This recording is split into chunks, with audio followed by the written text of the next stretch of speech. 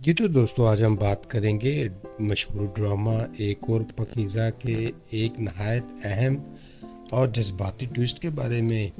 दोस्तों, इस कहानी में रिश्तों की उलझन, निकाह और तलाक के सवालात, इज्जत और कानून की जंग और एक औरत की हिम्मत को बहुत खूबसूरती से दिखाया गया।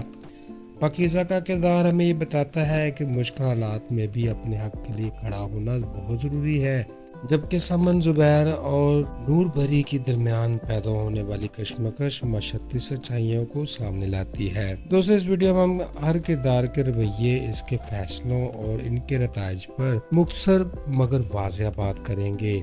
साथ ही ये भी देखेंगे कि कहानी गलती हुई और किस जगह मजबूती दिखानी चाहिए थी। अगर आपने ड्रामों में छुपे समाजी पैगाम को समझना चाहते हैं तो ये वीडियो आखिर तक जरूर देखिएगा। दोस्तों, जैसा कि हमने लेटेस्ट एपिसोड में देखा कि पाकीज़ा ज्यादातर अपनी माँ, समन और घर वालों के सामने बोल रही है। वो कहती है कि इसका निकाह हुआ था, इसका हक बनता है, और अगर उसके खिलाफ वीडियो वायरल हुई है तो वो कानूनी रास्ता इख्तियार करेगी।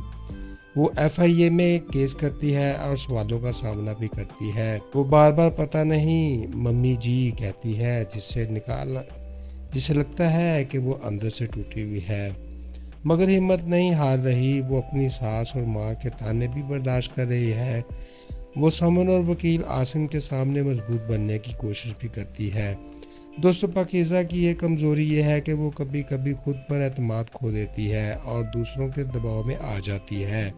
हालांकि वो खुद एक वकील है और इसे अपने हक पर मजबूत रहना चाहिए था। फ्रेंड्स, इसी तरह समन ज़्यादातर जुबैर से बात कर रही है। वो इसे कहती है कि तुम अपनी पुरानी बीवी नूर बरी को घर क्यों लाए हो। वो कहती है कि एक कागज़ की बड़ी अहमियत होती है क्योंकि इसी से औरत के हकूक जुड़े होते हैं।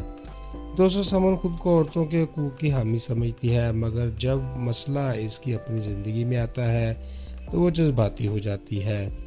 वो जुबैर पर इल्ज़ाम लगाती है कि वो अपनी जिम्मेदारियों से भाग रहा है। समन की बातों में वजन है, मगर वो कभी कभी तंजिया और सख्त लहजा अख्तियार कर लेती है, जिससे बात संभलने की बजाय मजीद बिगड़ रही है। फ्रेंड्स, इसी तरह जुबैर समन से सफाई देता है कि उसने नूरबरी को इंसानियत के नाते घर लाया क्योंकि वो रो रही थी और अकेली थी। वो कहता है कि इसका और नूरबरी का अब कोई कानूनी ताल्लुक नहीं।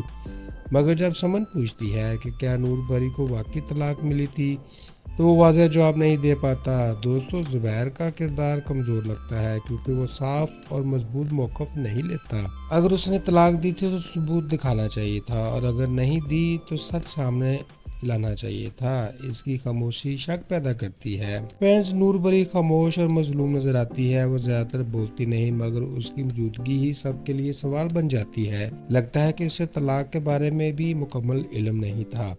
वो शायद अपने हक या अपने ठिकाने की तलाश में आई। दोस्तों, अगर नूर बरी को वाकई तलाक का इल्म नहीं था तो उसके साथ ज्यादती है, मगर अगर वो जानबूझकर पुराने रिश्ते में मुदाखलत कर रही है तो फिर ये एक गलत बात है।